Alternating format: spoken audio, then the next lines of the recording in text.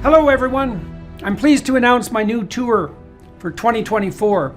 Beginning in early February and running through June, Tammy and I and an assortment of special guests are going to visit 51 cities in the US. You can find out more information about this on my website, jordanbpeterson.com, as well as accessing all relevant ticketing information. I'm going to use the tour to walk through some of the ideas I've been working on in my forthcoming book, out November 2024, We Who Wrestle with God. I'm looking forward to this. I'm thrilled to be able to do it again, and I'll be pleased to see all of you again soon. Bye-bye. So the moral confusion here is that you have many well-educated people who will make very fine-grained distinctions about moral norms in the context of living in 21st century America. They'll consider words to be violence, and the misgendering of people to be a profound microaggression. But you ask them to consider whether someone like Malala Yousafzai was badly treated by the Taliban, and they become tongue-tied.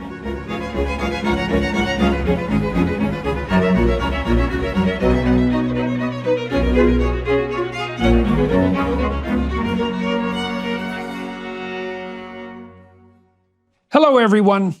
Today I have the opportunity to talk to Sam Harris once again.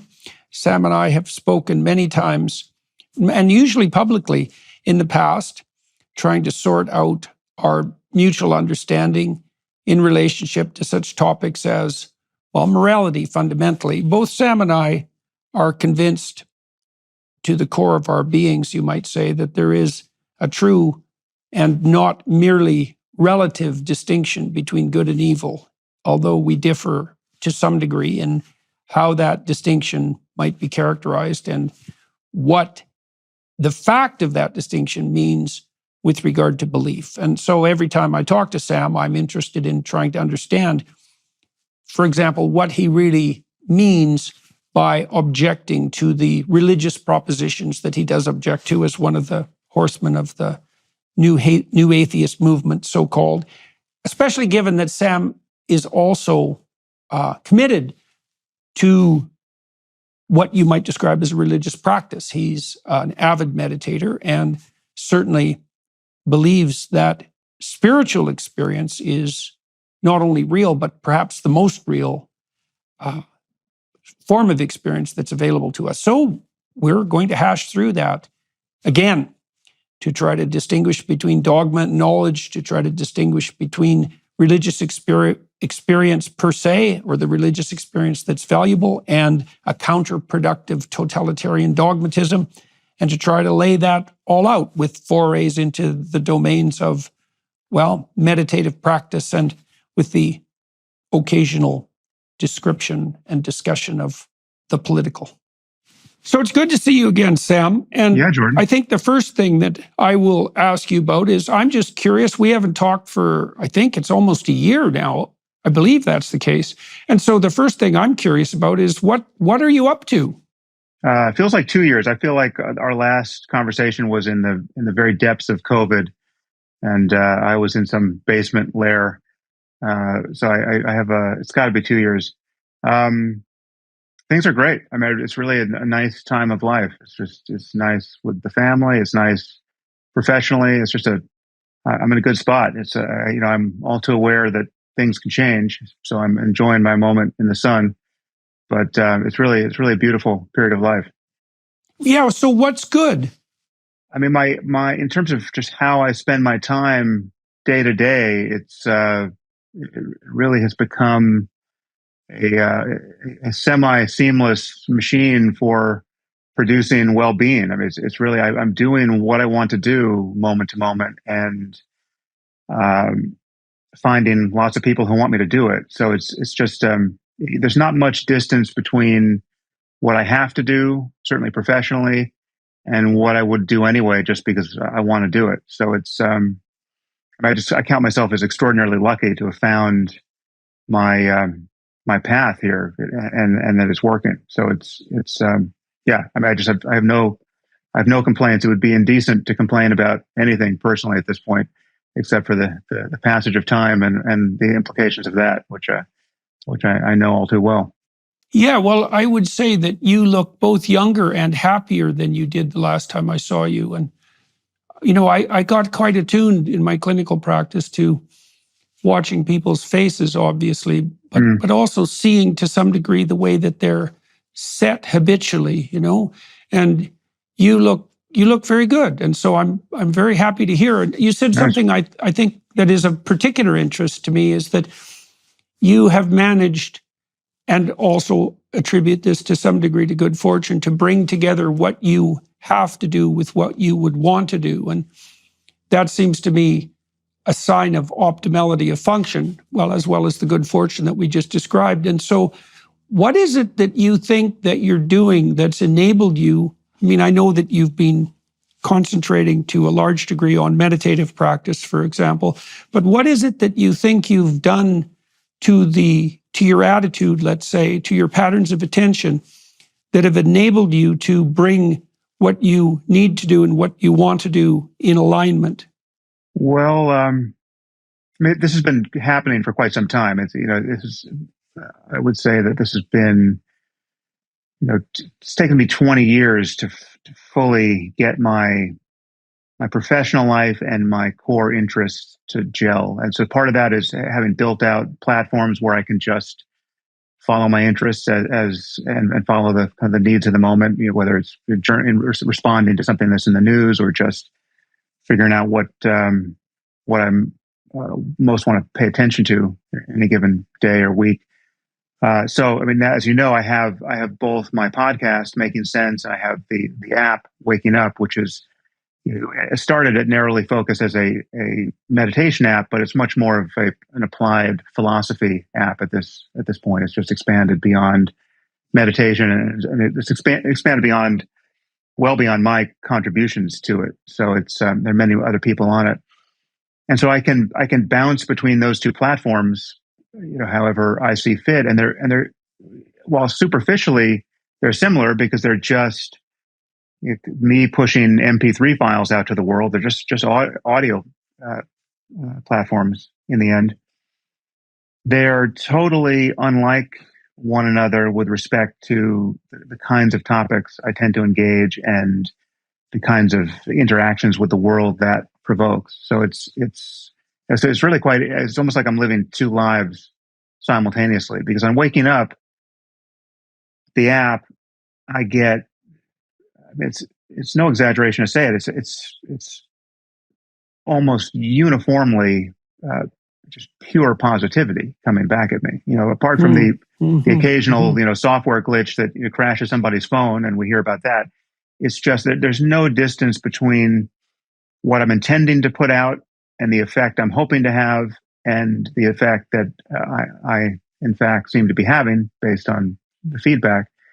So, this was, this has been, it was launched almost exactly 5 years ago. So for 5 years, I've had this look at this kind of alternate life. It's almost like a counterfactual life to the one I hadn't managed to lead, where I could sidestep all pointless controversy and annoying, bad faith criticisms, and just meet people at a place where what I have to give is found valuable by them in precisely the way that I would hope, right? So it's like a purely positive encounter with legions of people, which, again, because of my experience as an author and as a podcaster, I had lost sight of that even being a possibility, right? I had lost sight of the fact that there are people in this world who have careers where they don't get any grief from the world, because the world just understands what they're putting out, and and people like it, and they get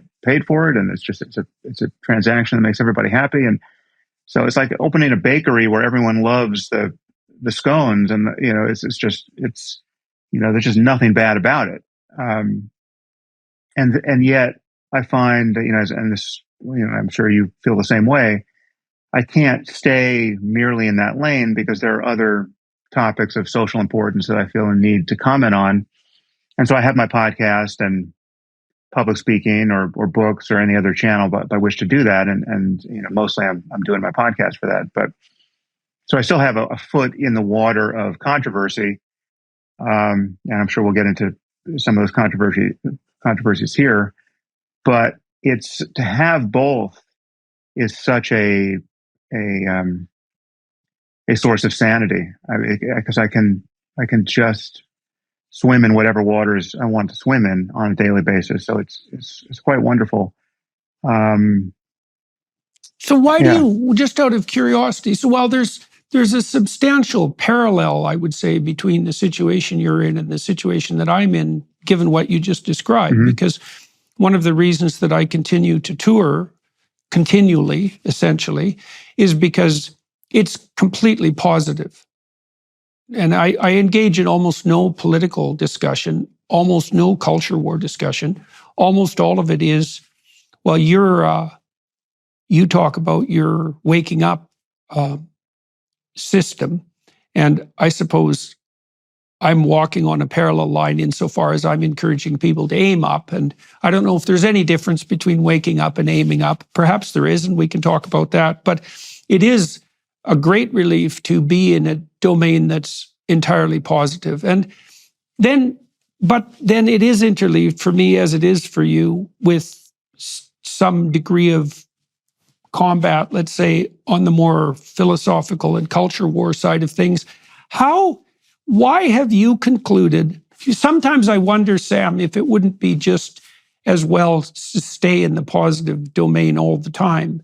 And I know that you are no longer on Twitter, for example, and so that's obviously one of the places where you've detached yourself from the proliferation of, you might say, unnecessary and polarizing conflict. But you just did indicate that you feel either a moral obligation or an intellectual pull towards keeping abreast of the domain of life that constitutes more problems. And so why do you think that balance is necessary? Why don't you forego that entirely and stay within the domain of the positive? I mean, you seem to have concluded that balancing them is actually better for you in some sense, or maybe better in general. So why did you conclude that?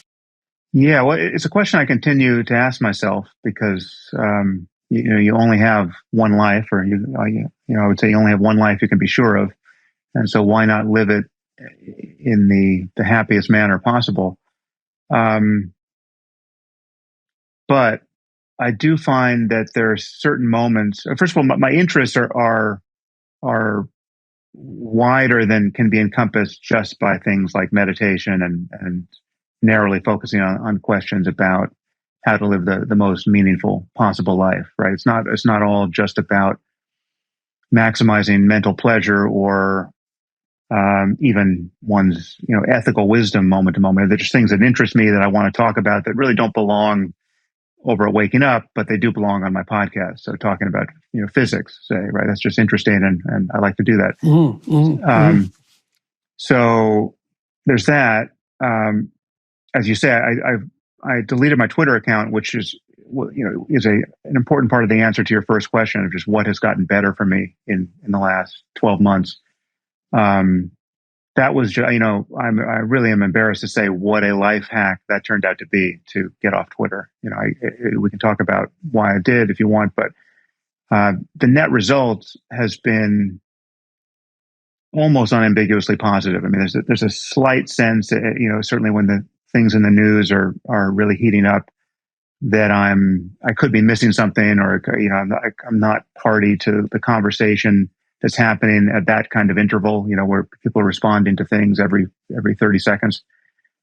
But the truth is, I don't have to be, because what I have found is that when you don't have an opportunity to just blurt out your instantaneous response to something that's happening in the news or something you saw in your timeline, and you have to let your response to it cure over the course of days, in my case, because I have to decide, okay, is this important enough for me to actually talk about it on my podcast? And I might not be, podcasting again for another 3 days or even a week. And so many things don't survive that test. They just 98% of things just fall by the wayside, because the truth is, you didn't have to broadcast your opinion about that thing that happened on that campus, by that indiscretion committed by that stupid blue-haired person, right? So it's just like you didn't have to weigh in, and you didn't have to reap all of the attendant poison of having weighed in, and you didn't have to worry about whether you should respond to that poison and those misunderstandings generated there. And I noticed in retrospect that, and I dimly knew this when I was on Twitter, but I didn't fully appreciate it until I was off, that it was no exaggeration to say that basically every bad thing in my life, apart from the sickness of the people close to me, was a result of something I had done on Twitter, right? Or something that I had seen on Twitter. I can relate to that I felt I needed to respond to. So it was just this kind of hallucination machine that I had invited into the center of my life, and getting rid of it really modified my sense of not just what I have to do on a day-to-day basis and what I should do, but just of my own existence, right? Like there was something about my digital existence that was claiming too much real estate in my conception of myself as a person, right? And you might have put your finger on it, at least to some degree, there with something like your observation about whether or not you're willing to put time into it. I've had many discussions with my family about Twitter in particular, and I would tend to agree with you that much of the negativity that I do run into in my life is a consequence of Twitter. And so now I use Twitter to stay abreast of the sorts of things that you describe that you might be able to get access to on Twitter as well, current events. And there is that temptation to respond immediately. But you intimated that maybe a good rule of thumb is something like, if you're not willing to sit down and think about it for an hour, let's say, then perhaps it's not important enough to share your opinion with millions of people and reap the consequences. And Twitter is, although it's a social media platform that facilitates impulsivity, it's also a broad-scale publishing platform, and it's not obvious that you should be publishing all your instantaneous responses to cultural events. And it's a funny thing for me because it's not that easy to dissociate that from responsibility. I feel that I have a responsibility to bring to light, let's say, certain elements of the culture war that are going on at a deep level. And part of the reason that I use Twitter the way that I do use it is to do that. But then it does have that problem of intense negativity. And I learned from walking through airports with my wife, we had this discussion a couple of times. Airports have bothered me a lot ever since 9/11. I review them as, they're like for me, they're the bleeding edge of the totalitarian incursion into general day-to-day life. And they've always made me very uncomfortable. I don't like lining up for the screenings, the theatrical screenings and so forth. And that made me very bitchy and hard to get along with in airports. And, I had a conversation with my wife, a fairly detailed conversation, and our decision was, if I'm in an airport and something happens that annoys me but isn't important enough to actually sit down and write about, then I have to just ignore it or shut up about it. And this has also helped me calibrate my responses. And it's the same problem with Twitter, right? Is that something can be irritating and be genuinely irritating, but that doesn't necessarily mean that the most appropriate way to deal with it is to share your irritation in the moment. And part of the reason Twitter is so pathological, perhaps, and is such a snake pit of polarization is because it does encourage that kind of impulsive and immediate response to things that are perhaps of sufficient seriousness so that they should only be taken seriously. Yeah, it encourages many things that I think are ultimately producing some consequential delusions for us individually and at scale. So it provides a kind of an illusion of conversation because you'll tweet something at me, I'll tweet something at you, and we seem to be talking. But as you know, we're primarily talking in front of our respective audiences, which are largely different, right? So when I say something to you, it's my audience is at my back, and vice versa. So much communication becomes performative, and that starts to degrade the kind of the good faith characteristics of a real conversation, and people just wind up scoring points on each other, and it encourages that. That's the kind of thing, dunks are the kind of thing that tend to go viral. It selects for a kind of dishonesty. There's an ethic where there are very few people feel a real need. I mean, certainly anyone who's any kind of activist, politically, left or right, doesn't feel much of a need to really get their opponent's position correct before savaging it. They don't mind distorting it, especially if they can use clips of their opponent that have been artfully edited so as to make them seem to be saying something that they weren't in fact saying in context. They will use that as a way of just smearing the person. You want to hold someone accountable for the worst possible version of what they might have said, however implausible it really is, as long as that can be made to stick. And people just see what can be made to stick, and they almost never go back and clean up their, apologize for their errors and go back and clean up their mess. And people do this, people, when blue check marks meant something, there were a lot of blue check marks who would behave this way, right? And you have journalists or people who are treated as journalists. And I, as a point of principle, really have always tried to avoid that. I mean, whenever I get somebody's views wrong, however odious I find their views or how odious I find them as a person, I apologize for that and correct the record. But I found myself continually in dialogue with people who didn't play by those rules. So it's set up to bring out the worst in us and to degrade conversation way more fully than it's ever degraded in person. I mean, the thing that convinced me to get off Twitter is that I was seeing people behave like psychopaths by the tens of thousands, and I knew there couldn't be that many psychopaths, right? I knew these people couldn't be this dishonest or malicious in their lives. And in fact, in many cases, I knew this because I knew some of the people. I had dinner with some of the people. And you and I have mutual friends and colleagues among these people. And yet I was seeing the absolute worst in them in terms of how they were engaging on Twitter, not just with me, but with other people who, they felt they needed to slam. And I mean, we're seeing some of this. I mean, I think there's something like this happening. I haven't really followed it, but over the Daily Wire. I mean, you're very close to you. You've got Candace and Ben attacking each other. I would argue that kind of thing is not only spilling out onto Twitter, it very likely wouldn't happen but for the existence of Twitter. And there are many things happening out in the real world that happen in response to something that's seen on Twitter. But then like many of these protests, these pro-Palestinian protests that have become such concern to many of us, especially on college campuses where you have otherwise very educated people expressing solidarity with true ethical monsters in Hamas. What we're seeing is something's getting provoked by imagery on Twitter, however half-baked.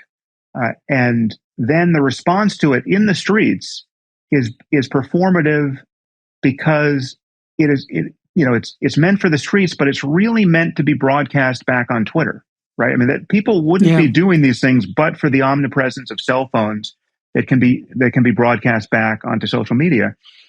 And so I just think we have built this reinforcement cycle for ourselves, this kind of feed-forward loop of that has eroded our capacity to speak rationally to one another and to have good faith debates and even strong arguments, and it's produced a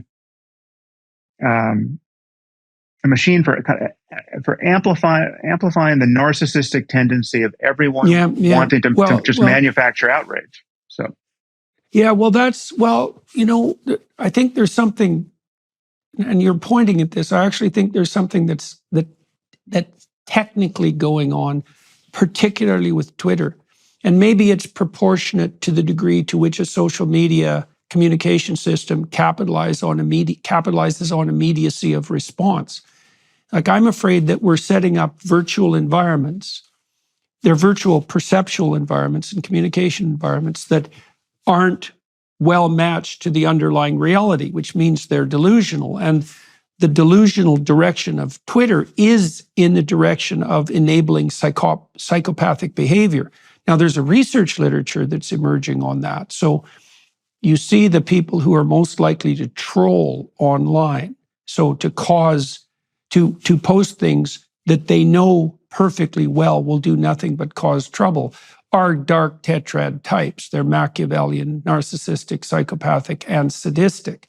And then, so it does bring those people out of the woodwork to a much greater degree than might be otherwise expected. But I also think, as you pointed out, that it does the same thing to those fragmentary psychopathic tendencies that exist in everyone. It's a psychopathy facilitator. And the degree to which that is driving polarization in the broader culture is indeterminate. I think it might be driving almost all of it.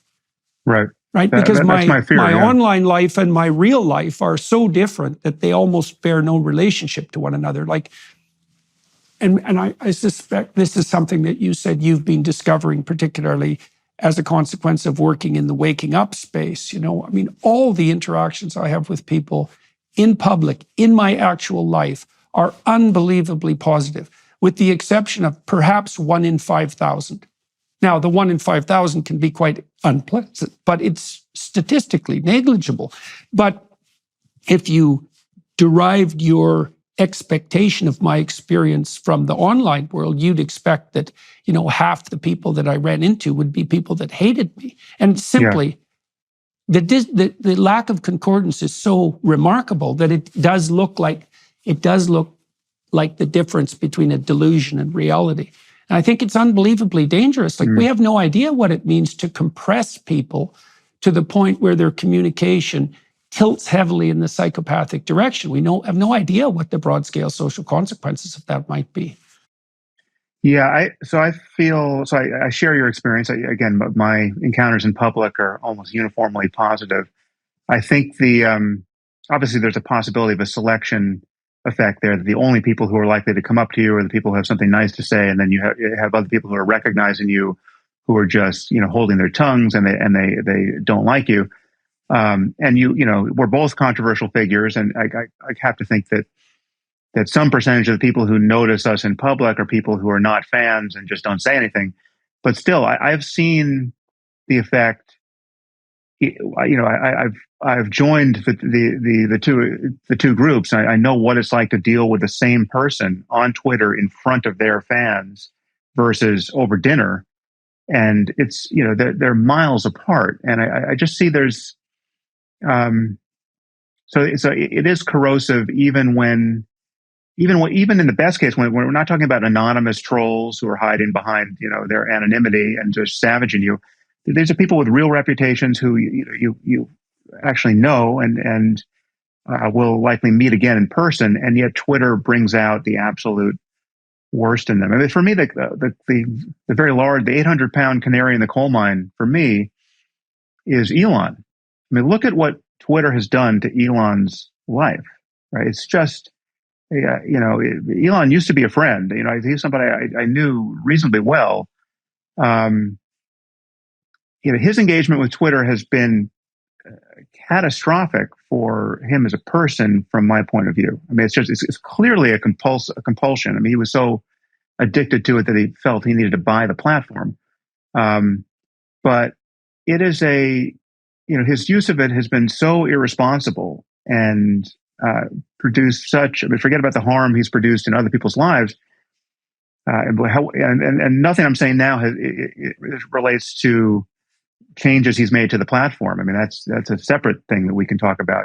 I've always been agnostic as to whether or not he could actually improve Twitter as a platform, and he may yet wind up doing that. But I'm just talking about the way he has personally used it as a user of the platform, and the way he's interacted with people and signal boosted massively the profiles of anonymous QAnon lunatic trolls. Right? I mean, he's been completely cavalier in who he interacts with, all the while knowing that anyone he boosts suddenly gets 1 million followers and has a platform that otherwise couldn't imagine having. So I look at him and I think, all right, okay, if someone of his talent who has so many other good things to do with his 24 hours in any given day, is this derailed by this platform? Is using it this compulsively to the obvious degradation of his reputation in most circles that count, right? I mean, he's not, he can't be canceled because he's produced so many useful things, and I mean, he's just too embedded with things that everyone still wants. But man, if he were a little less productive, in space and on the ground, we would never, he'd be the next Alex Jones in terms of the way mainstream culture would view him. And it's been terrible to see, right? It's been very depressing to see. And I guess I can blame him, but I blame the stimulus more. I blame Twitter. I mean, for whatever reason, he has found this to be the most addictive thing in his life. And he's been willing to totally torch relationships. 90 at exodus90.com/Jordan. That's exodus90.com/Jordan to start your journey.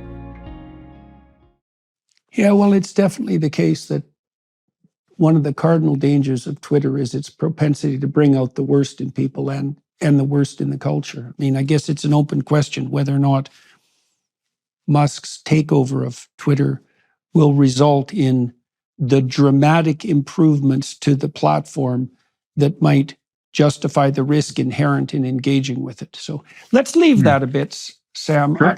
I want to turn our attention, if you don't mind, to some of the deeper issues that you and I have discussed. And I have a bunch of questions for you.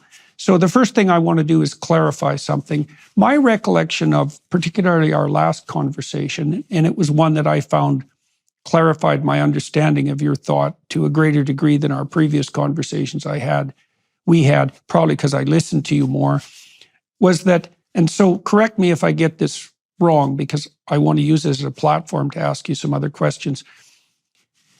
My understanding after that conversation was that you were driven to search for an objective foundation for moral claims, primarily because you had become convinced of the existence of, for lack of a better term, of evil in the world, and were looking for solid ground to stand on in your attempts to both understand and combat the most malevolent proclivities.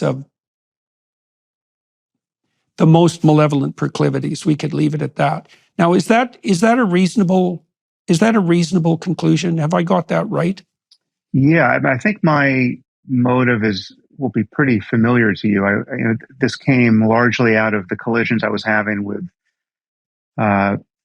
people after I wrote my first two books, The End of Faith and Letter to a Christian Nation, where I was noticing disproportionately on the left, specifically, I mean, we've come full circle now to this moment, in the news cycle, but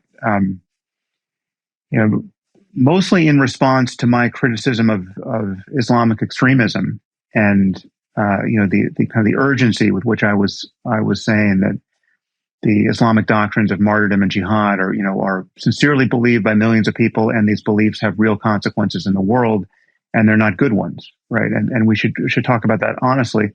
What I was getting mostly from the left was, what struck me as pure masochistic delusion, but it was on its own side a very sophisticated philosophy of postmodernist truth claims about the relativity of everything, and which in the minds of its adherents left us with no solid ground to stand on ever when making claims about right and wrong and good and evil. So the point where it became, and this is something this is actually a scene I wrote verbatim in my third book, The Moral Landscape, which is where I laid out my argument on this topic.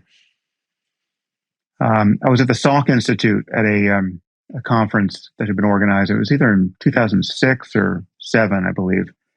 And I had said something disparaging about the Taliban in my remarks about the relationship between moral values and our growing scientific understanding of the human mind and human well-being. And I said, something that I should have been uncontroversial in that context. I'm at the Salk Institute, this preeminent scientific institution down in La Jolla, which is one of the nicest places on earth. With an auditorium filled with well-heeled people who appear to be enjoying their political freedom and their freedom of speech and freedom of everything. And I said something about we just know whatever remains to be discovered about the nature of morality and human value and human well-being. We know that the Taliban don't have it perfectly right. So if whatever the optimal way of living is, we know that the Taliban haven't found it, right? We know that forcing half the population to live in cloth bags and beating them or killing them when they try to get out is not an optimal strategy for maximizing human well-being.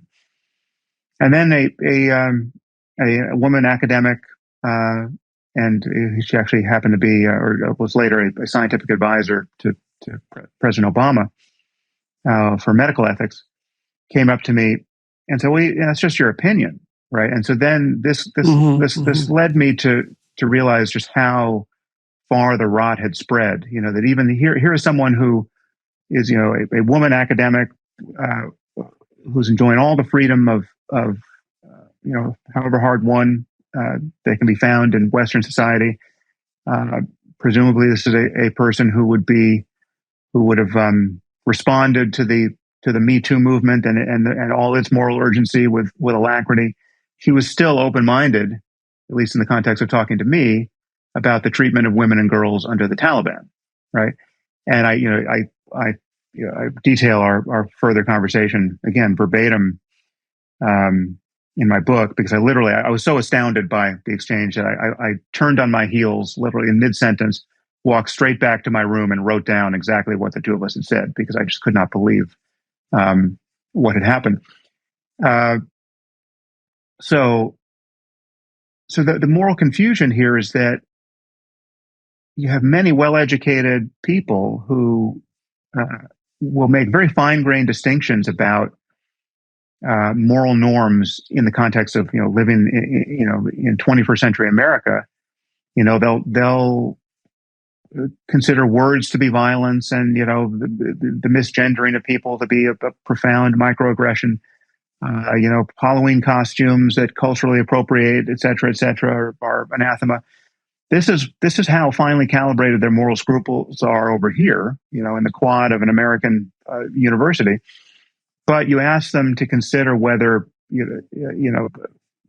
someone like Malala Yousafzai was badly treated by the Taliban, and they become tongue-tied, right? They will even say things like, "Well, who are we to criticize an ancient culture?" So that motivated me to say, all right, the smartest, most well-educated people in our society have become unmoored to any vision of objective moral values, right? They have, worse, they have become anchored to a belief that objectivity with respect to moral values is impossible, and certainly science will never have anything to say about it. And so they've ceded this ground to dogmatic religion, right? And someone like Stephen Jay Gould did this when he had this conception of the non-overlapping magisteria between religion and science, right? So science talks about facts and what is, but religion talks about what should be and the totality of human values. And I think that's never been a tenable way of dividing the pie. But it has this obvious defect that where people who lose their religious convictions are then left standing on apparently nothing when it comes time to say something like slavery is wrong. I mean, you literally have professors saying, "Well, I don't like slavery. I don't happen to like it. I wouldn't want a slave, but I can't really say it's wrong from the point of view of the universe, right? I mean, that's not what science does." And my point is that morality, and this is perhaps something you're going to want to disagree with, but in my view, morality has to relate to the suffering and well-being of conscious creatures. I mean, not even limiting it to humans, but just whatever can possibly suffer or be made happy in this universe is a possible theater of moral concern. And we know that conscious minds must be arising in some way in conformity to the laws of nature. I mean, so whatever is possible for conscious minds is a statement about, at bottom, a final scientific understanding of what minds are and what consciousness is and how those things are integrated with the physics of things. And so there have to be right answers to the question of how to navigate from the worst possible suffering for everyone to places on the moral landscape that are quite a bit better than that, where there's beauty and creativity and joy of a sort that we can only dimly imagine. And the question of how to do that and what that landscape looks like, it's a fact-based discussion about science at every level that could be relevant to the conscious states of conscious minds. So it's a discussion about genetics and psychology and neurobiology and sociology and economics and sciences as yet uninvented with respect to causality in this place. And so that's my argument, that we need a spirit of consilience across the domain of facts and values. And so there's more to say there, but I'll stop. Okay. Well, so I'm gonna pick up a couple of themes there. So one of the things that you pointed to was the incoherence manifested by this woman and like people in relationship to micro-narratives and macro-narratives. So you said that it was in your opinion, that she or the people who she might represent would be perfectly willing to be upset about some relatively minor issue that might arise on a university campus, like the wearing of inappropriate Halloween costumes, but are incoherent in relationship to making broader scale moral claims. Now, one of the claims of the postmodernists, this was put forward most particularly by, who was it now, who said that there were no meta-narratives. The postmodernism is fundamentally disallowance of the idea that any uniting meta-narratives are possible. I'll remember his name momentarily. It could be Derrida or Foucault or... No, it's not. He's the guy who generated simulation theory, another Frenchman. Lacan? Or No. Baudrillard? It's a rogues gallery. Baudrillard. It's Baudrillard. It's a rogues gallery. Yeah, it's Baudrillard. Yeah. Okay, so here's the problem with that. Well, the problem with that in part is that there's no united action and perception at any level without a uniting narrative. So, for example, if I pick up a glass to move a cup from the table to my lips, I have to organize all those extraordinarily complex actions, right, which cascade up from the molecular level through the musculature of my body. I have to organize that into something that's coherent and unified in order to bring about any action whatsoever. And what that implies is that there's a hierarchy of uniting structure. And what the postmodernists do is arbitrarily make that halt at a certain level. It's like, so you're allowed a uniting narrative or structure up to a certain level, but beyond that, you're not allowed it at all. And that's the point at which the meta-narrative emerges, and those are now forbidden. And I don't understand that, because I think that it's a distinction between a narrative and a meta-narrative it's an arbitrary distinction, and you can't attend or act without a uniting narrative. So now you seem to be pointing to something like that. So let me walk through your argument. You pointed to the Taliban. I'll add one other, which I think is a simpler defeater, which is that the claim is that there can be no universal values, right? Or universal truth claims with respect to right and wrong and good and evil. And yet they tacitly make the universal claim that tolerance of this ethical diversity is better than intolerance, right? So the demand is we need to find some space in our minds to tolerate the difference of opinion offered by the Taliban or Hamas or some other group of that sort. But that doesn't make any sense. That's an appeal to tolerance, one that the Taliban and Hamas don't share, right? So we're tolerating their intolerance. But it's also the tacit claim that tolerance is better. Tolerance on our own side tolerance is better. is the uniting narrative. Yeah. Sure. Yeah. Well, you see the same thing with the postmodern insistence. This is particularly true of people like Foucault, that nothing rules but power, right? Because Foucault saw power making itself manifest everywhere. And the fundamental postmodernist claim is that there's no uniting meta-narratives, but that didn't stop the postmodernists for a second in making the claim that you could find power relations underlying every single form of human action and social interaction.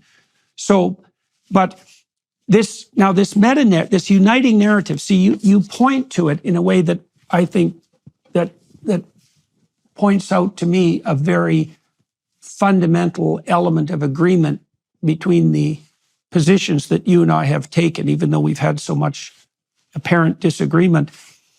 You point to the Taliban and you say, at minimum, we can say with some degree of certainty that what the Taliban are doing is not optimal.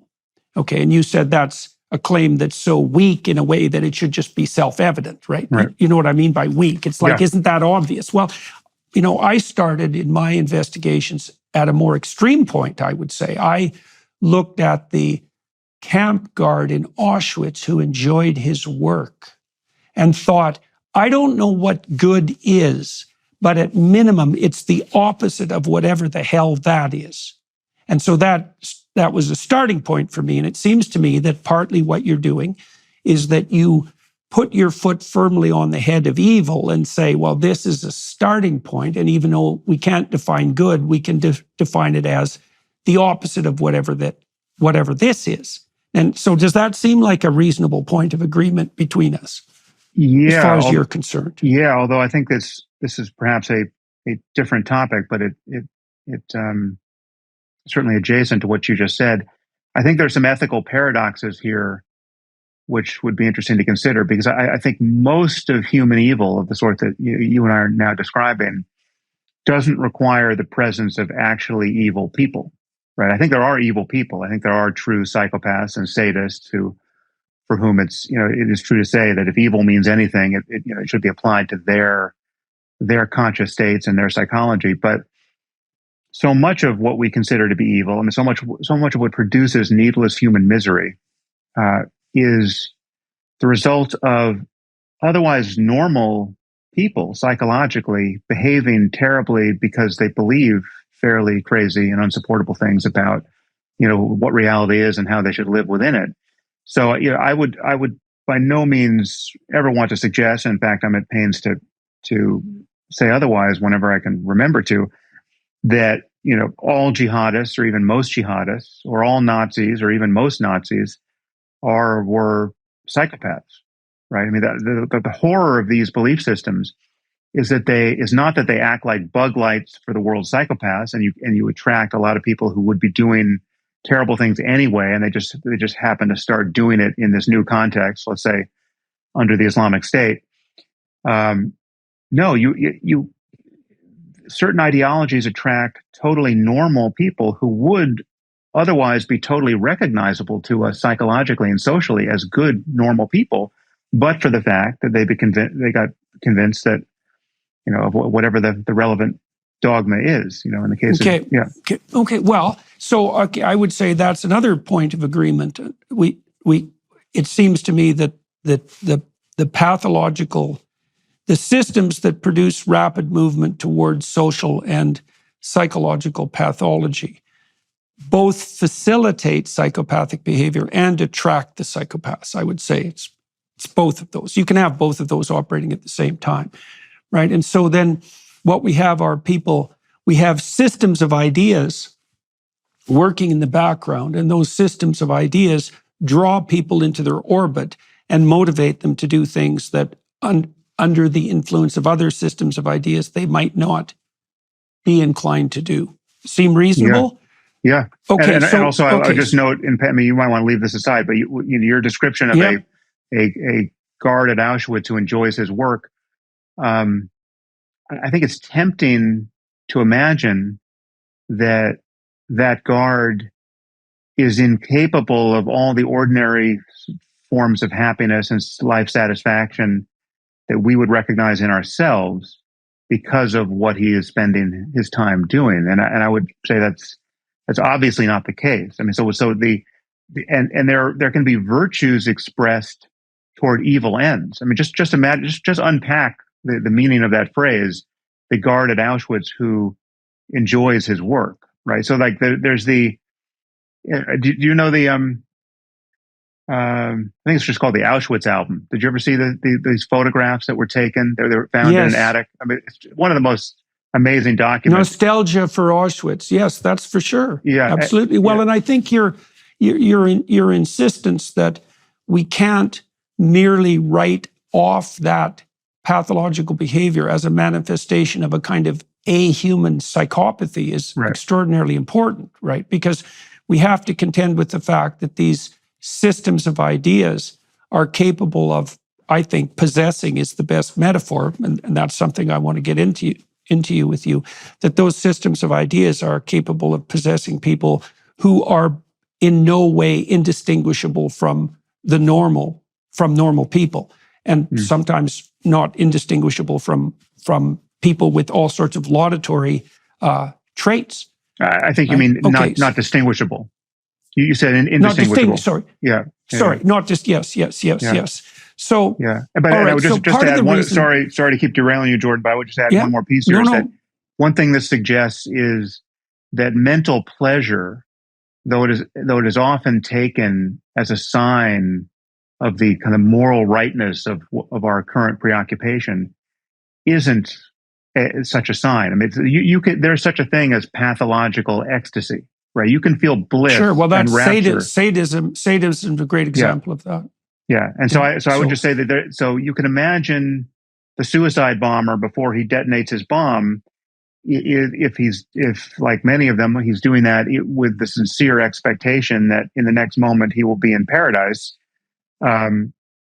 There is a kind of exaltation and even self-transcending, quasi-spiritual, positive affect there that you just have to grant that the human mind is capable of being pointed in the wrong direction ethically and feel very good about it. Download the app for free at hallow.com/Jordan for 3 months free. That's hallow.com/Jordan. Well, positive emotion of the incentive kind, mediated by dopamine, is associated with movement towards a positive goal. And so what that means is that false goals produce false enthusiasm, essentially by definition, right? And so that's actually, by the way, as far as I can tell, the moral of the story of the Tower of Babel, by the way, is that you can build pyramidal structures that reach to the sky that are predicated upon either false goals or false assumptions. And the consequence of that is the creation of a state of disunity and misery so comprehensive that people can no longer communicate with one another.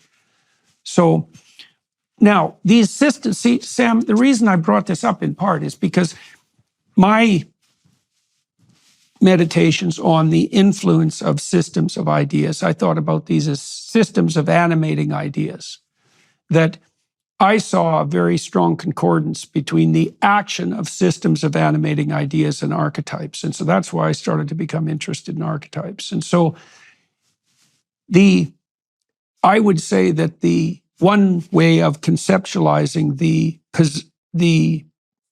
possession, the ideas that possess people that motivate them in a pathological direction, is that they're possessed by ideas that are archetypally evil. And so here's the question I have for you. And my sense is that you, and this is the same as Richard Dawkins, is that you guys identify the spirit that motivates people to act in a pathological direction, the Taliban. You identify that with the religious impulse. Mhm. Now, is that a fair characterization?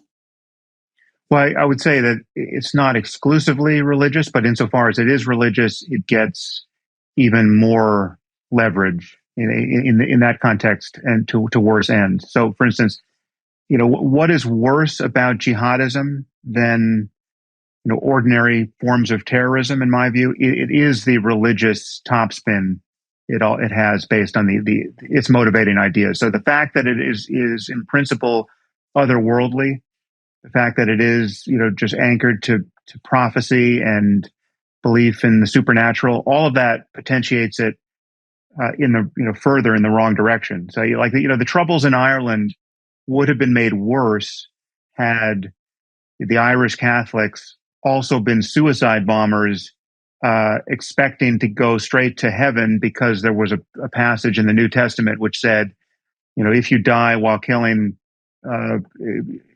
pagans or Jews or any other non-Christian, you'll find yourself at the right hand of Christ in the next moment, right? So it's better that there's not a passage like that in the New Testament, and it's better that quasi-religious political source of terrorism in the UK was not potentiated by a clear connection to religious belief and religious expectation. Okay, so your claim is something like the possibility of religious justification for an unethical act has the side effect of elevating the status of the claim to morality associated with that evil act to the highest place. So let me put that in context. So there's a injunction in the Ten Commandments. It's either the second or third commandment, I can't remember which, that you're not to use the Lord's name in vain. And it's the same injunction that pops up a couple of times in the Gospels, where Christ tells his followers to not pray in public and to not be like the Pharisees, where their good deeds can be seen in public.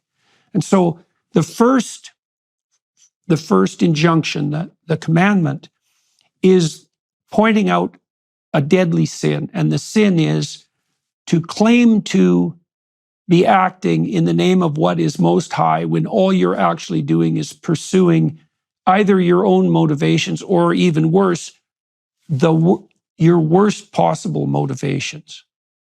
And your claim seems to be that the intrusion of religious thought into the ethical domain allows for those claims to be put forward, thus magnifying their dangers.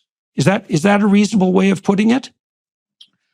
Well, I think it depends on the specific instance we're talking about, but I think what I'm saying is even more pessimistic than that. Is that given the requisite beliefs, it's possible to create immense harm, consciously create immense harm, without even having bad intentions toward anyone. I mean, it's not that your bad intentions and your hatred of others somehow gets a sacred framing by religion. I mean, that also happens, and that's a problem.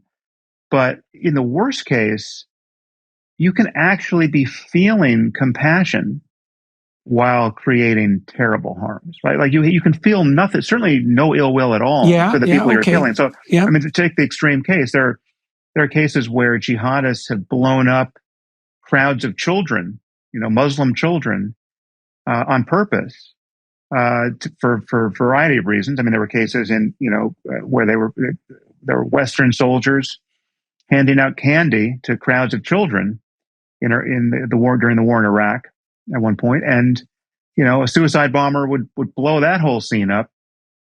And the whole point is manifold, but it's obviously to kill the soldiers and produce those casualties, but it's also just to create the horror and apparent untenability of the whole project in Iraq, right? It's just like these are people who are going to blow up their own children. What possible good could we do here trying to build a nation, right? But just to close the loop there, I'm not imagining that the people who did that actually hated the children, right? I mean, they just believe that there's absolutely no possibility of making a moral error here because the children they know are going to go straight to paradise. They've actually done the children a favor by the light of their beliefs.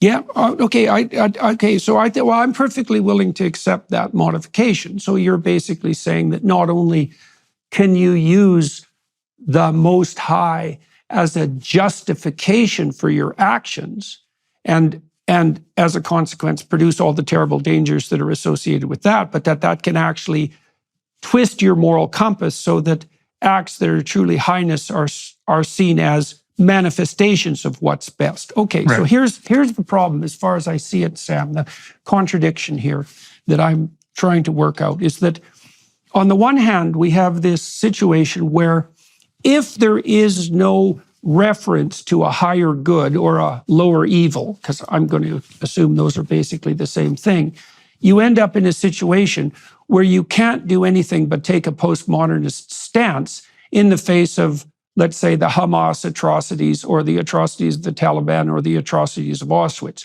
because there's nothing higher to point to against which to contrast those patterns of endeavor. But if you do posit something that's of the highest, then you run into the problem, whereas you just pointed out, that you can use your hypothetical alliance with what is now deemed to be highest to justify your own evil actions, but also to skew your moral sentiments so that you take positive pleasure in this, let's say, in the suffering of others, even the suffering of innocent children. So, but now, on the one hand, if you drop the notion of the highest good, you end up in the morass of moral relativism. And on the other hand, if you accept it, then you end up in a situation where you can justify the worst behavior in reference to the highest possible good. Is that a reasonable portrayal of a conundrum? I don't find it. I think that's a needle that we can easily thread. And so the way I would do it is just to say that there's obviously higher good, and it's also obvious that we don't fully know its character, right? So that, like, we know that things can get better. They can get quite a bit better and quite a bit worse. And we know that better and worse, maybe that's as multidimensional as you want it to be, right? There's not just one. It's not just for instance, it's not just a matter of more pleasure, say. It's not just a matter of more physical health. It's not just a matter of more love. It's not just a matter of more. So we can, extend your list of desirable things as long as you want. But we know that this universe offers, in the space of all possible minds and all possible experiences, there are places of unimaginable suffering where without any silver lining, there's no good that ever comes of it. It's just a functional hell, right? We know even within the context, and conversely, we know that there's just experiences of beauty and creativity and inspiration and love and gratitude that those of us who have had them, either in meditation or on psychedelics or in other peak moments in life, we just find ourselves tongue-tied in the aftermath trying to capture what was going on there. So we know that these extremes exist. We know that there are things that we can do individually and together to maximize the likelihood of one versus the other. And so if good means anything, if right and wrong mean anything, it means navigating into this space of better and better possibilities for not just individually, but together. And so what I would say is that we don't need to know exactly what the highest possible good is. We just have to know directionally that it's the implications of moving right, left, up or down, right? So if I told you, well, there's a button we could press now. We have a new technology. There's a button you can press that makes excuse me, will just make everyone on Earth a little less happy, right? With nothing good ever comes of it. There's no silver lining to this. It's just everyone just gets a little crankier, a little dimmer, a little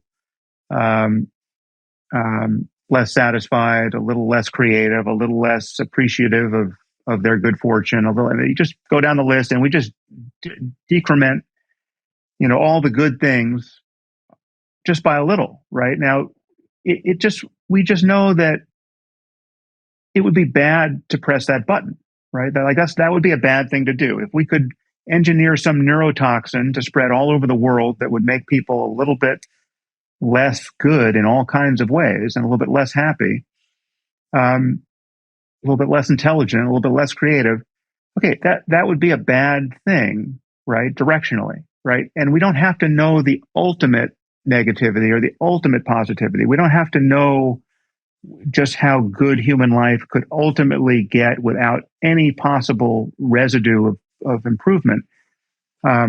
We just know directionally that, from where we stand, the Taliban are making things quite a bit worse, even though they think they're making them better, right? So like we know that it's possible to look at a specific human project, right? For standing on the outside of it and say, okay, these people don't know what they're missing, right? And by extrapolation, we know that there must be some place to stand to look at our current projects, by which it would be valid to say, okay, these people, now talking about you and me and all of our, most enlightened friends, these people don't know what they're missing, right? There are things that they could be taught, that they could learn, technologies that they could invent, intuitions that they could suddenly have, epiphanies that they could have, that would orient them in a direction that would be propitious, that would make things better in ways that they have not even begun to imagine, right?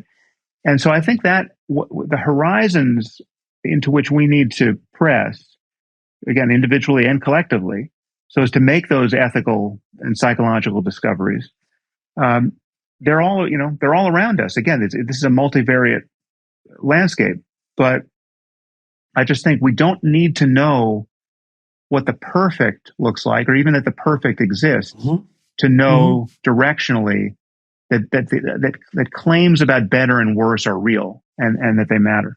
Okay. So let me take you up on that, because I'm having a hard time distinguishing some of your claims from what I would regard as fundamental religious claims. So let me ask you a couple, and I'm not, Sure. I said, I'm trying to make things clear. I'm not trying to push you into a corner. I don't want to do that at all.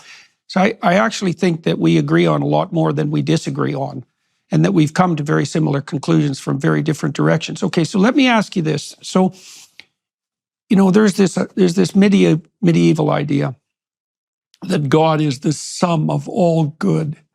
And I don't think sum is the right qualifier. I want to ask your opinion about this. You made two claims in your last speech, in your last bout of response.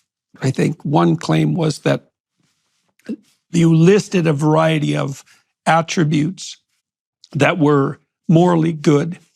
And then you made the claim that even if we don't know what the good is in the final analysis, we do have a strong sense of directionality.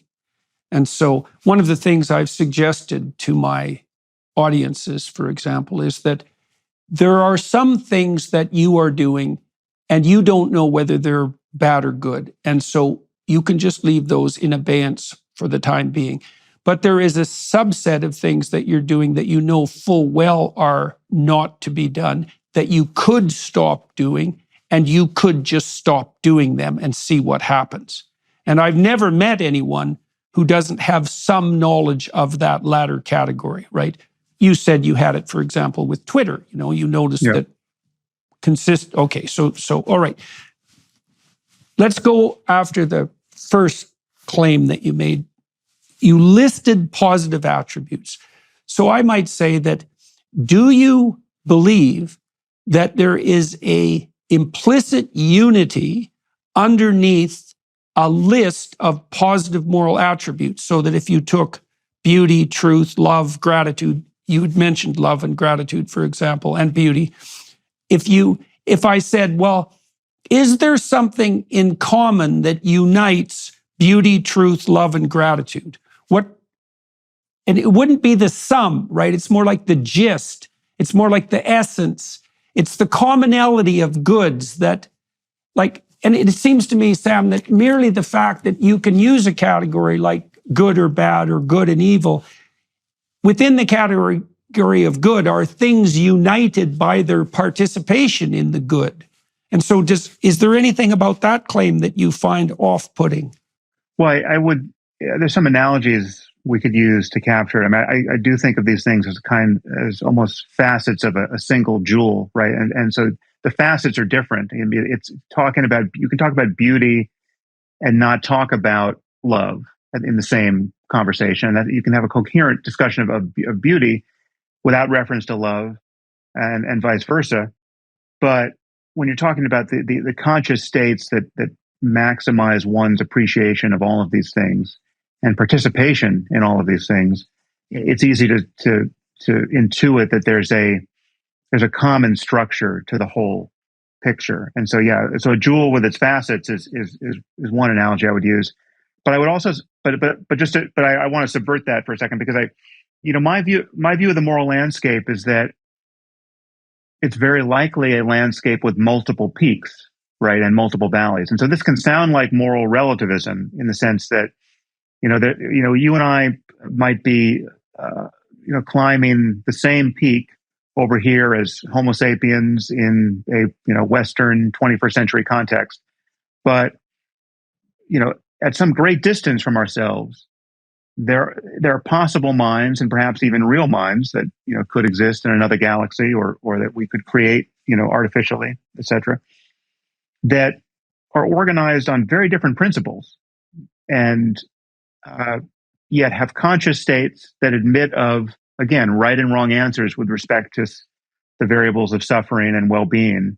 And you could conceive of those as capaciously as you want, but there could be possibilities of happiness and creativity and amazement that we can't imagine because we don't have the requisite minds, right? Like, there's just nothing about our current minds, or even the likely path we're going to take when we augment our minds technologically or genetically in the future.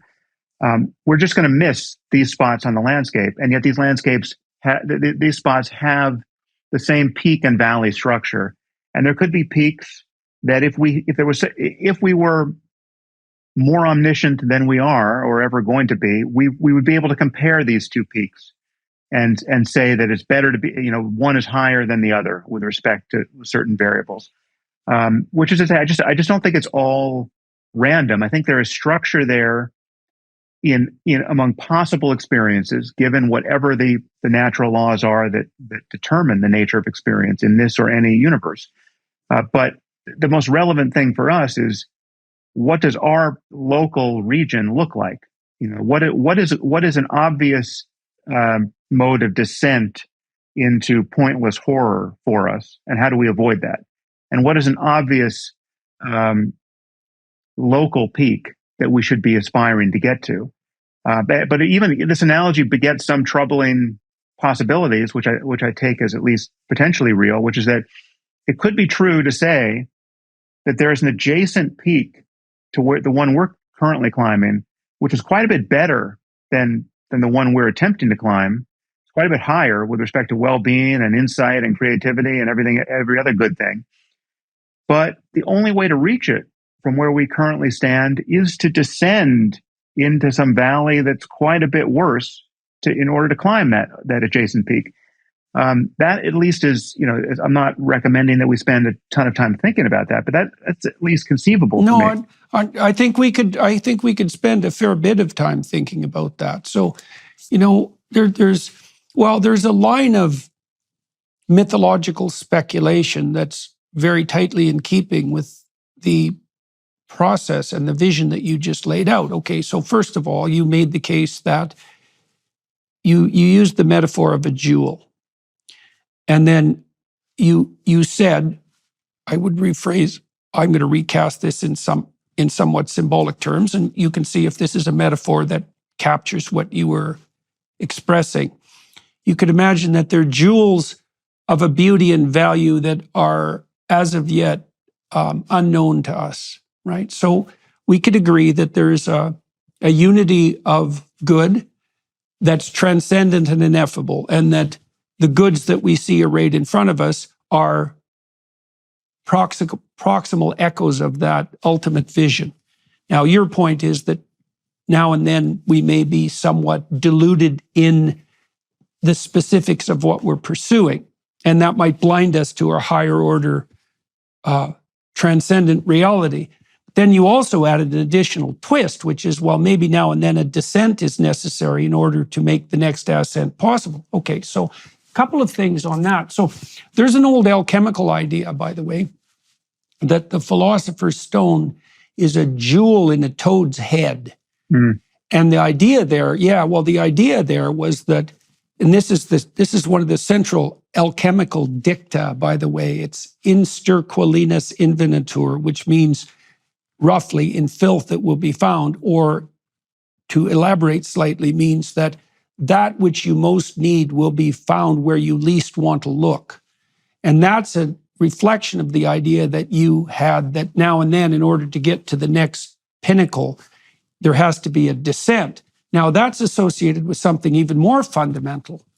So there's also, of course, this idea is central to hero mythology, that dragons hoard treasure, and that the larger the dragon, the larger the treasure.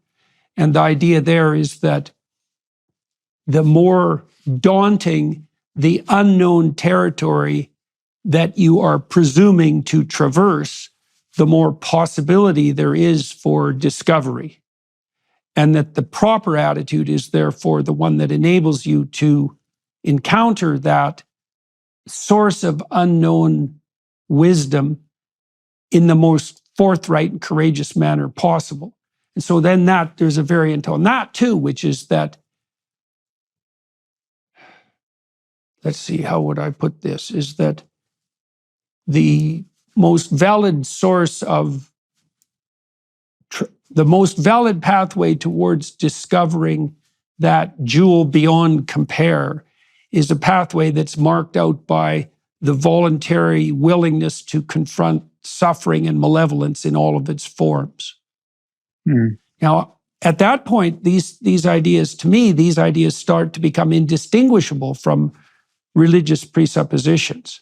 And so there's a dovetailing here. I mean, you are hypothesizing that what's good has the metaphoric quality of a jewel. It's multifaceted, and it's the things that it reflects are more tangible, experiential phenomena like beauty, truth, love, gratitude. They're all reflections of a higher order good. You made the case that higher order good may be higher order to the point where in its extreme forms, it's ineffable, right? It's beyond our ability to comprehend and describe. You made the case that we may be able to approach that in something approximating fits and starts, and some of those fits and starts may involve a descent. Well, the religious injunction, you see this in psychotherapy too, is that the descents that are the precondition for a more profound ascent have to be undertaken voluntarily, right? Because you see this in exposure therapy, for example. If people are stressed accidentally by something that they're phobic of, their phobia gets worse. Right. But if they voluntarily expose themselves to the stressor, then their bravery grows and their fear decreases in a commensurate manner. So one of the things that I've been, so I guess the first thing I'm going to do is ask you what you think about that. So there is here's another example, Sam. You tell me what you think about this. So there's a story, this is derived from the tales of King Arthur and the Knights of the Round Table. So King Arthur is sitting with all the knights at the Round Table, and they decide they're going to go look for the Holy Grail. And the Holy Grail is the container of the ever-replenishing liquid That's a good way of thinking about it. So it's either the glass that Christ uses to represent his blood at the Last Supper, or it's the goblet that catches his blood on the cross. That's the background story. Now, of course, the Knights of the Round Table and King Arthur have no idea if the Holy Grail exists, which is a reference to its ineffability, let's say, or of where it's possibly located. And so each knight leaves the round table and enters the forest at the point that looks darkest to him. And that's where the quest begins. And so there is an idea lurking in these stories that if you want to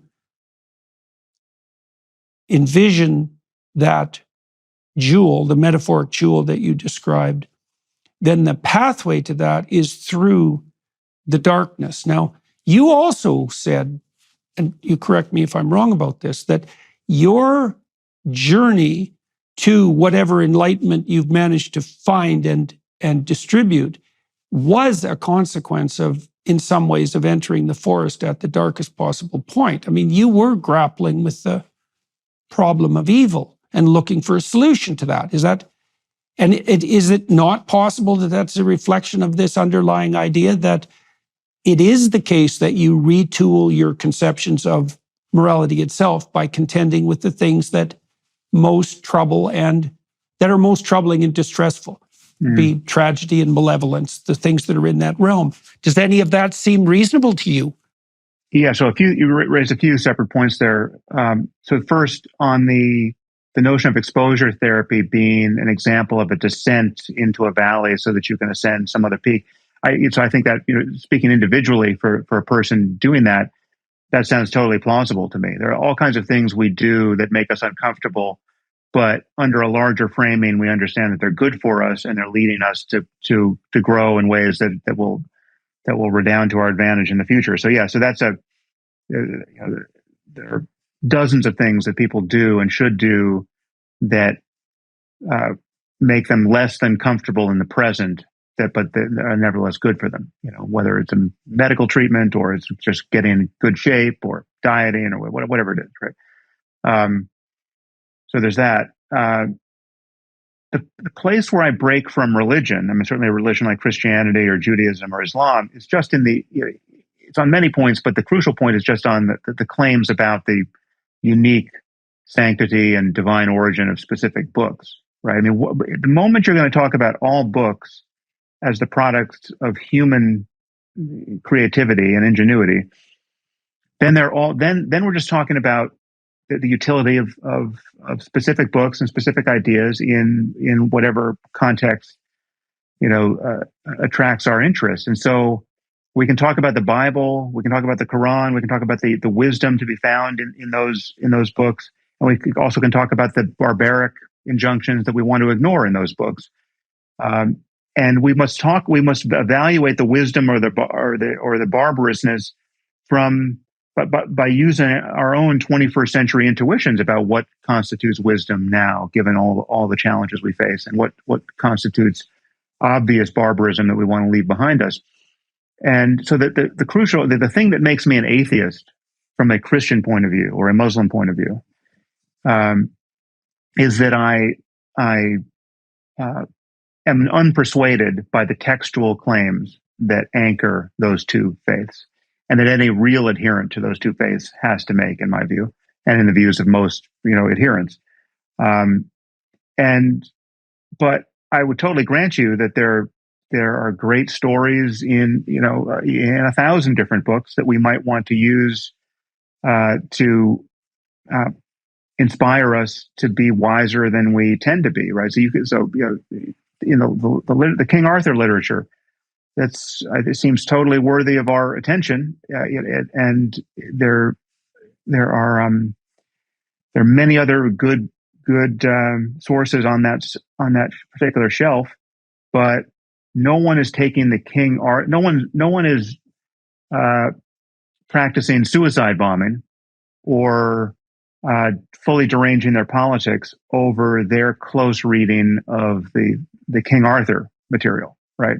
It's just the literature is not doing that kind of mad work for us, and I think that's a good thing. And so I want to live in a world where we recognize that all we have communally is the possibility of having a conversation that can be more or less persuasive, more or less enlightening. And it's a conversation not just across in the present, with the living minds that are available, but it's a conversation with reference to the greatest minds that preceded us, of which we have some record. There are many great minds, presumably, that are totally lost to us because they burned the library at Alexandria. But we have this residue of past wisdom and past insight, which is the world's literature, and we should avail ourselves of it to our heart's content, all the while recognizing that these are just human beings having a cross-generational conversation about important things, and none of these books is beyond criticism and beyond ignoring, right? And that's the crucial bit. Your fundamental criticism, and this is actually what I'm trying to pin down in our conversation, is that you're pointing to the misuse.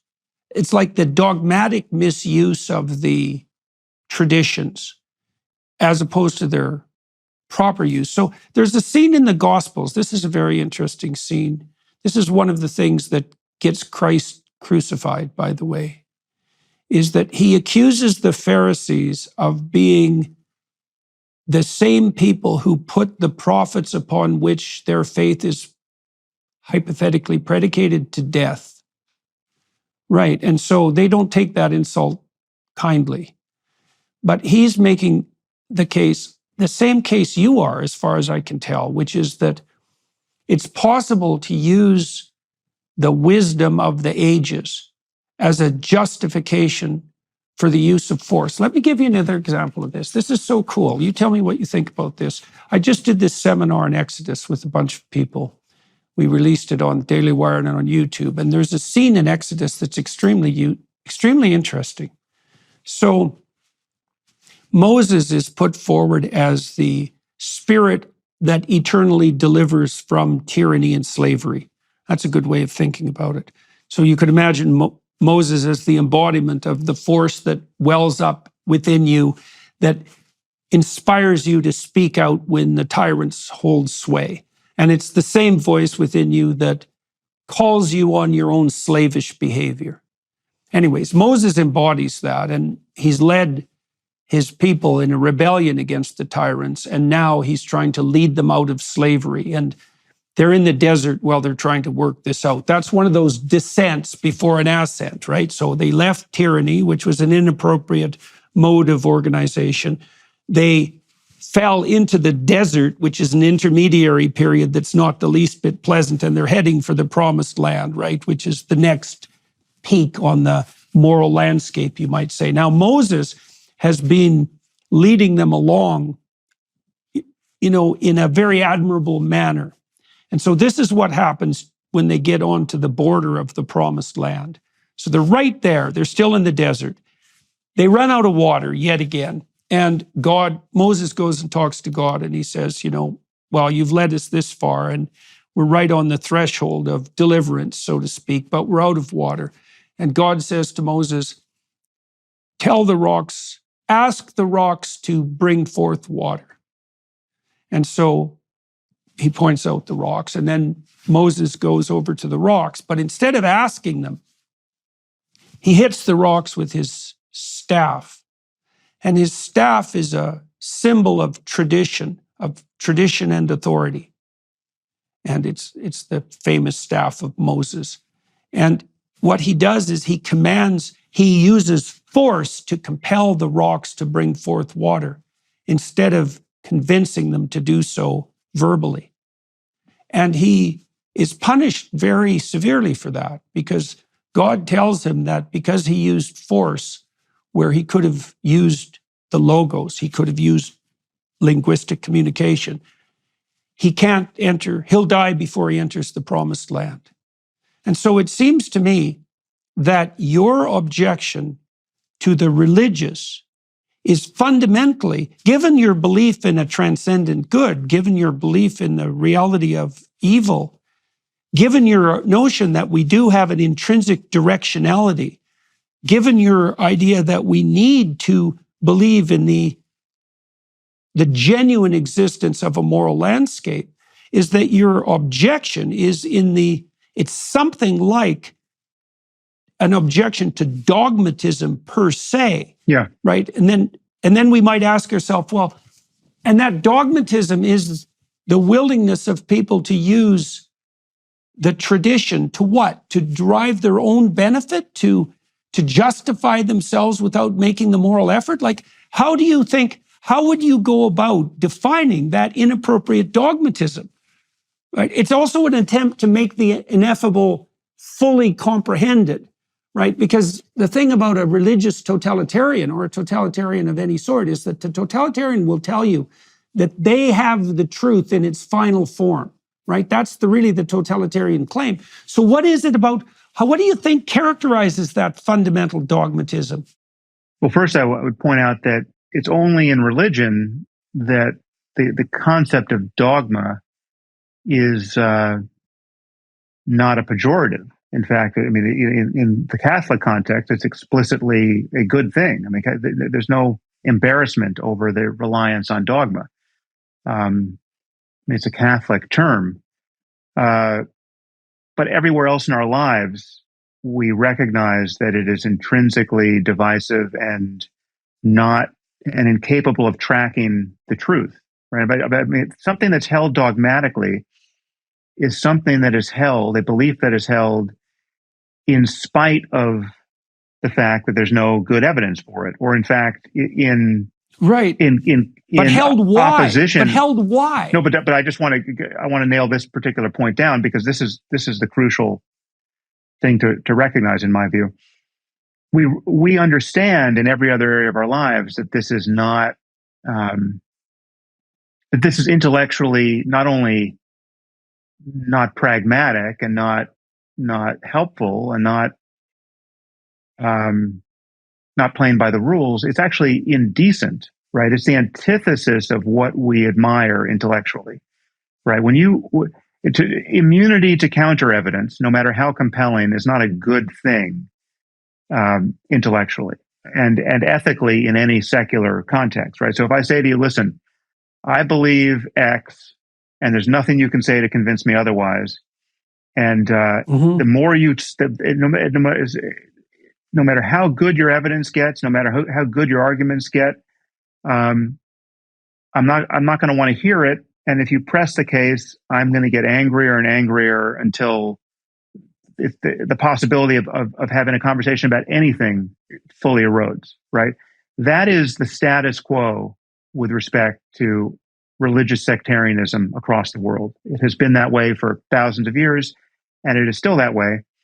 Every Muslim, Christian, Jew, Mormon, Hindu, every true religious person of any denomination, to the degree that they really are truly religious, and it's a faith-based enterprise, has said in advance of any conversation on any topic, listen, there are a few core things I believe and that my children believe, and I have taught them to believe. And I don't want you meddling in any of that stuff, right? And I'm going to get pissed off to the point of violence, or at least I will be tolerant of the violence of my co-religionists if you push too hard on this particular door. The conversation is over where these core principles of faith start, right? You're going to tell me you don't think Jesus was born of a virgin and will be coming back to raise the dead?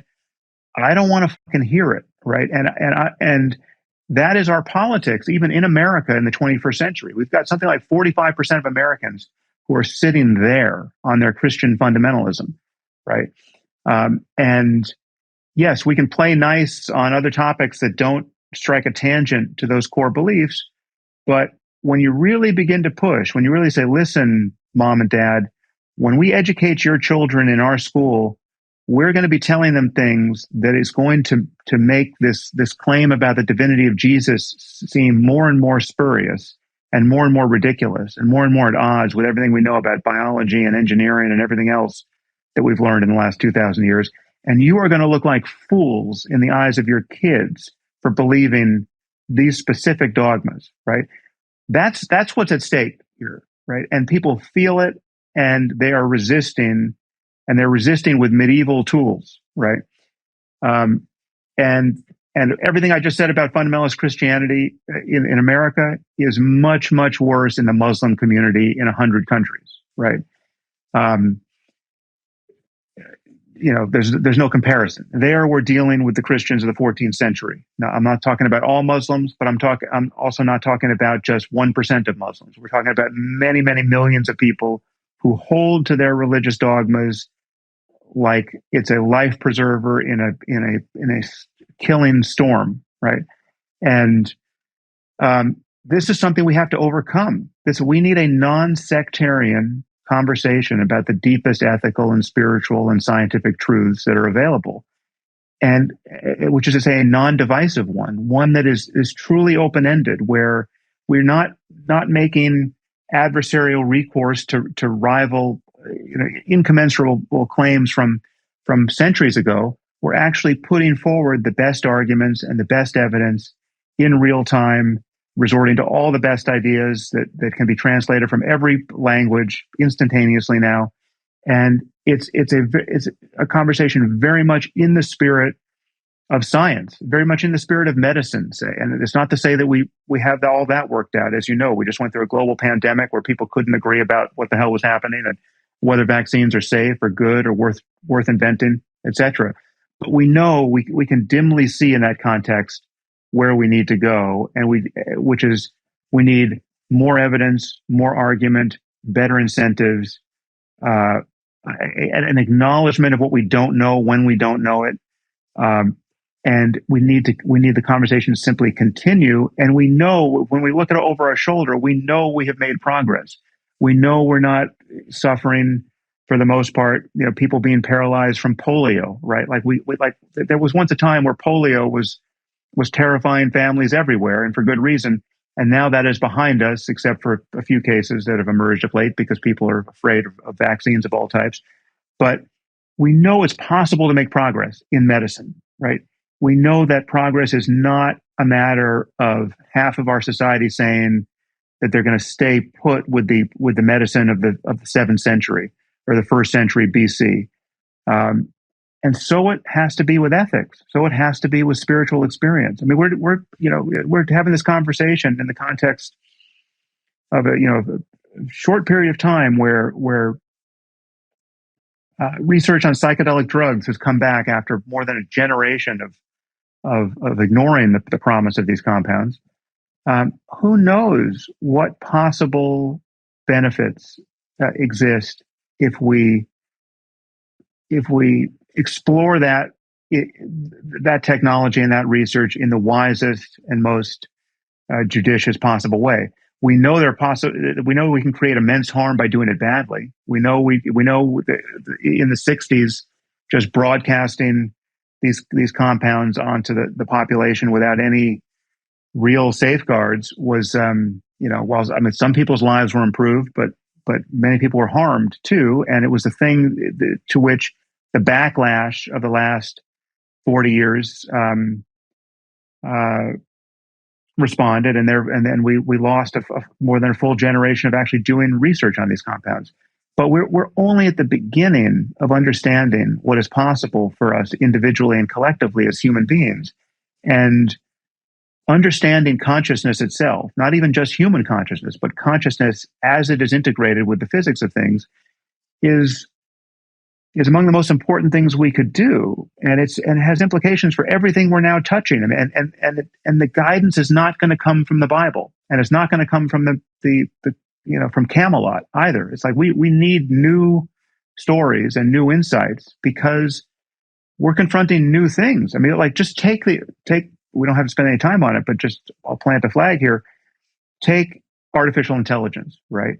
If we don't know how consciousness arises in this universe, and if we don't know whether or when it arises on the basis of information processing, we are not going to know whether we build conscious machines, right?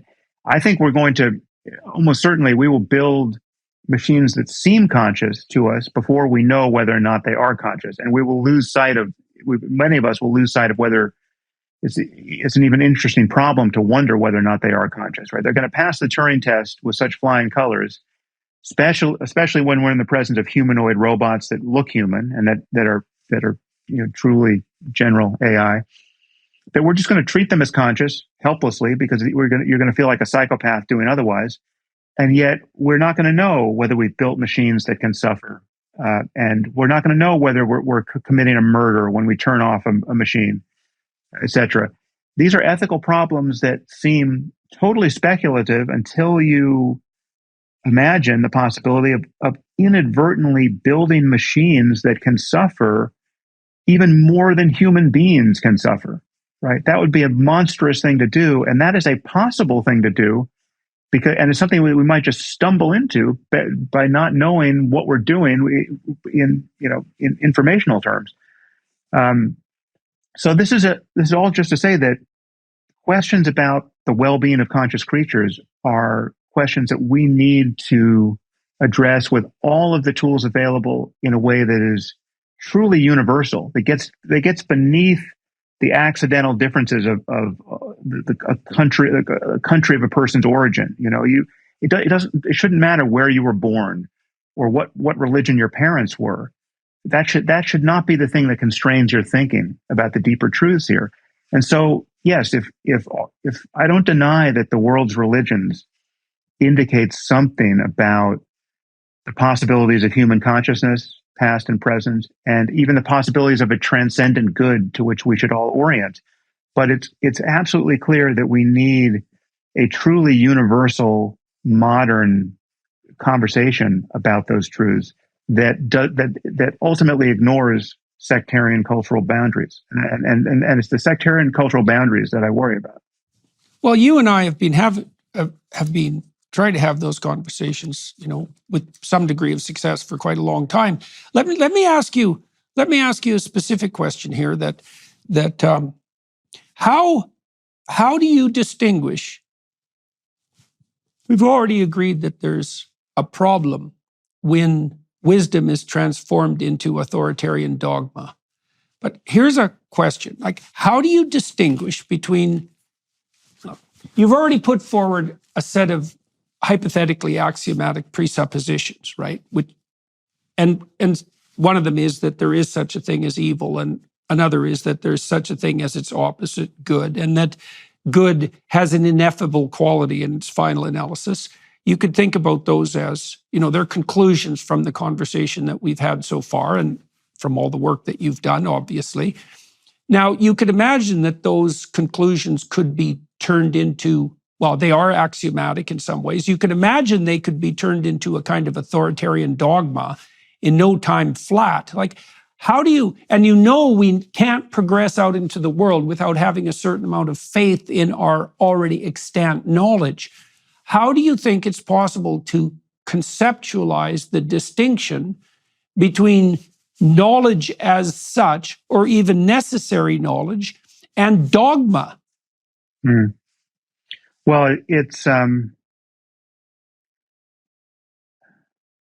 dogma is clear in the sense that it is truly inflexible, right? There's a stated commitment to not revising this particular belief or set of beliefs, no matter what happens, right? So, for instance, for Christianity, or for, let's say, the Catholic Church, the divinity of Jesus is just non-negotiable, right? It's like it would no longer be Christianity. Now, I'm sure there are a few groups of Christians that would want to push back here, but generally speaking, I mean, it comes directly from Paul. If Christ be not raised, your faith is vain, right? It's there's a miracle at the bottom here, and if you are going to dispute that, well, then really you're playing a different language game. This is not, we're not interested in that kind of innovation. So, Christ was the Son of God.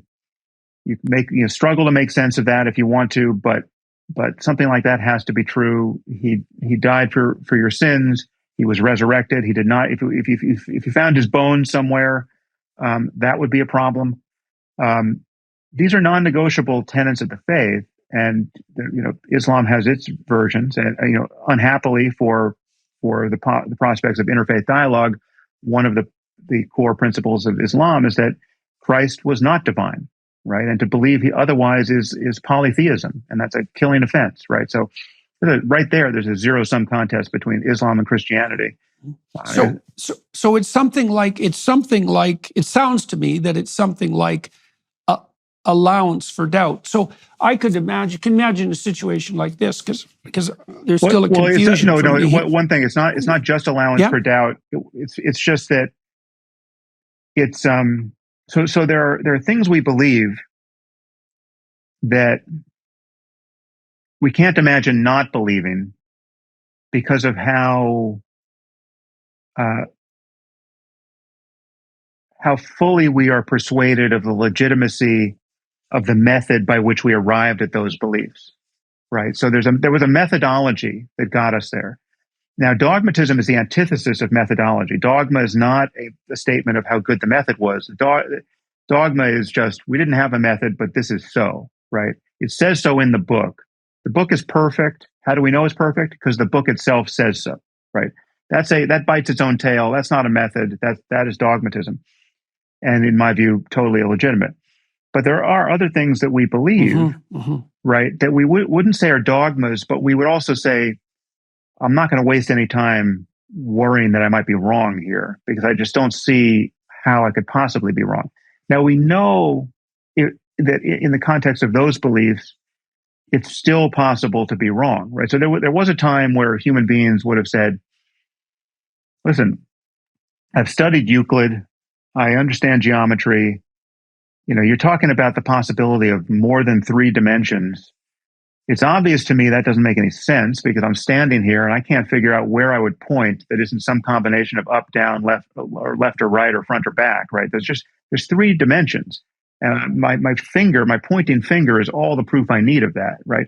So you could imagine someone being absolutely confident, right? But you could also imagine that, given the requisite conversation with that person, you could introduce them to the geometry of Riemann and say, okay, imagine space is something that could conceivably be curved, right? And it would be curved in a dimension that is not just some combination of up, down, left or right, or front and back, etc. So so there can be fundamental changes in our view of things that are surprising, and so we can't rule that out in general, no matter how confident we are of specifics. I mean, so for me, there's one thing that I can't see any way around, and I just don't. I would admit that it's possible that I don't know what I'm missing, but I just don't see how it would be possible. So I'm not wasting any time on it. But for me, consciousness, what I mean by consciousness, the fact that anything seems to be happening at all, is the one thing in this universe that can't be an illusion, right? So there's nothing you could say to me about how wrong I am about anything that challenges this fundamental belief of mine that consciousness is the ground truth of everything epistemologically, right? So you could say, well, actually, Sam, you're psychotic. Well, okay, so I'm wrong about everything except the way things seem. That demonstrates consciousness just as much as sanity would, right? Like this is if I'm asleep and dreaming, and I don't know that, well, still, this dream-like experience is what I mean by consciousness. If the universe is a simulation on an alien supercomputer, right, and everything we think about physics is wrong because we're not in touch with the base layer of physics, right? We're just a simulation. Still, what seems to be happening in our case is what is meant by consciousness, in my sense. So to say that consciousness itself might be an illusion, right, it makes absolutely no sense, because any illusion is another case of seeming. It's a false one by reference to some other picture. So I can't get outside of consciousness epistemologically, and therefore it's so anyone who would say, so someone might come to me and say, well, you're being dogmatic in your assertion that consciousness can't be an illusion.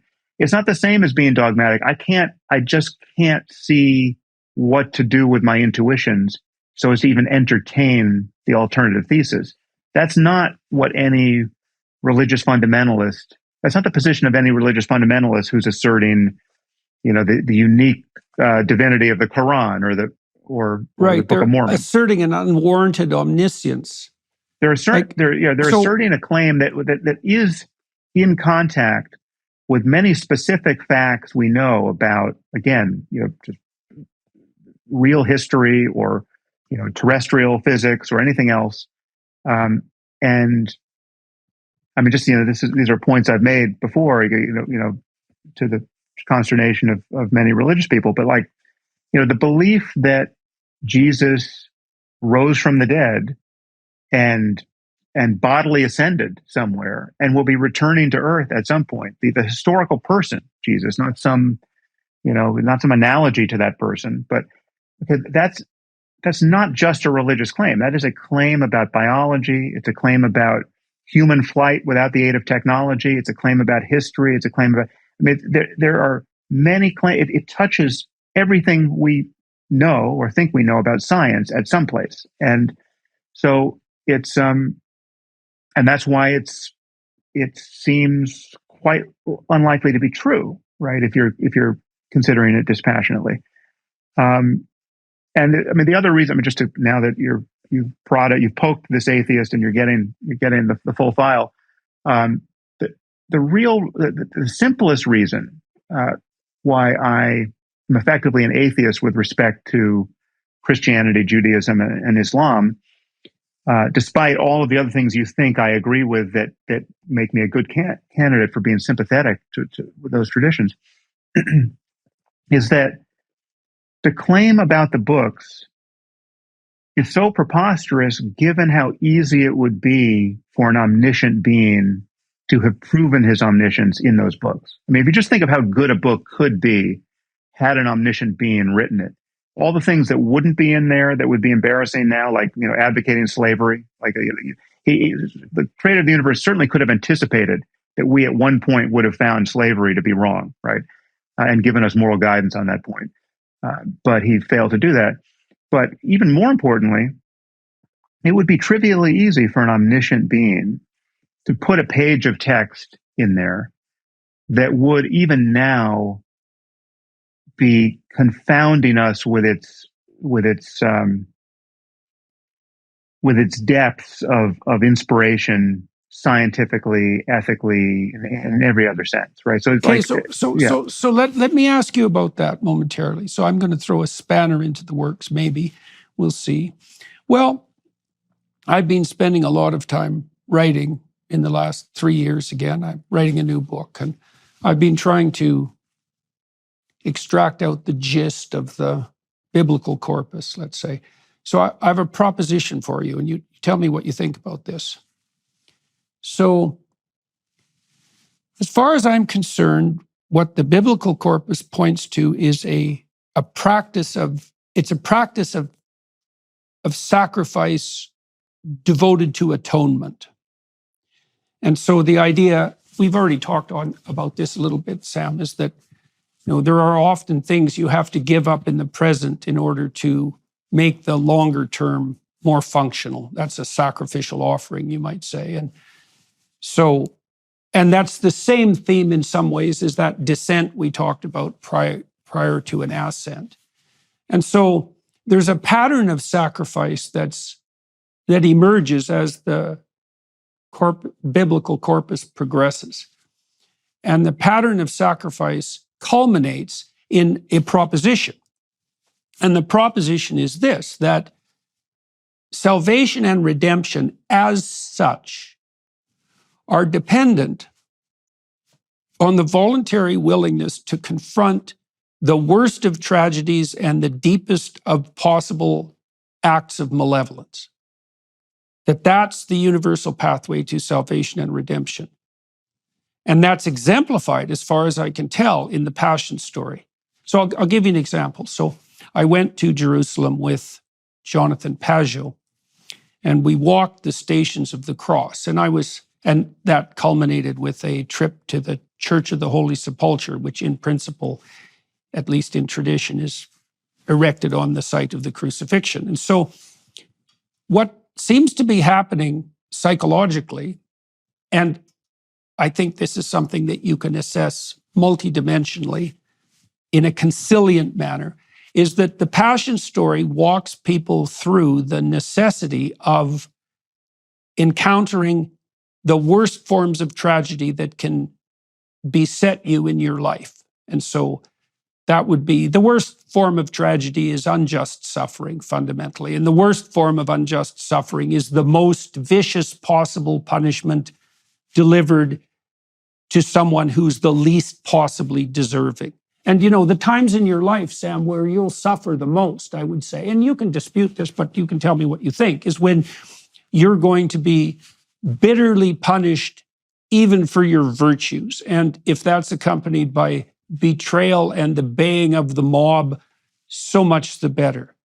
And so the Passion story is a representation of the proposition that in order to move towards discovery of what's highest, you have to voluntarily accept the conditions of unjust suffering that constitute human existence. And then there's a mythological corollary to that, of course, death by crucifixion is a particularly unpleasant form of death, especially when it's brought about by betrayal and at the hands of tyrants and the mob, which is what the story encompasses. But there's also an insistence that the pattern that Christ acts out involves the harrowing of hell, which is confrontation not only with tragedy, but with malevolence itself. And so the idea there is that, and maybe this is what's asserted dogmatically if it's understood, is that there is no pathway to redemption and salvation without being willing to hoist the world's tragedies onto your shoulders and to confront evil.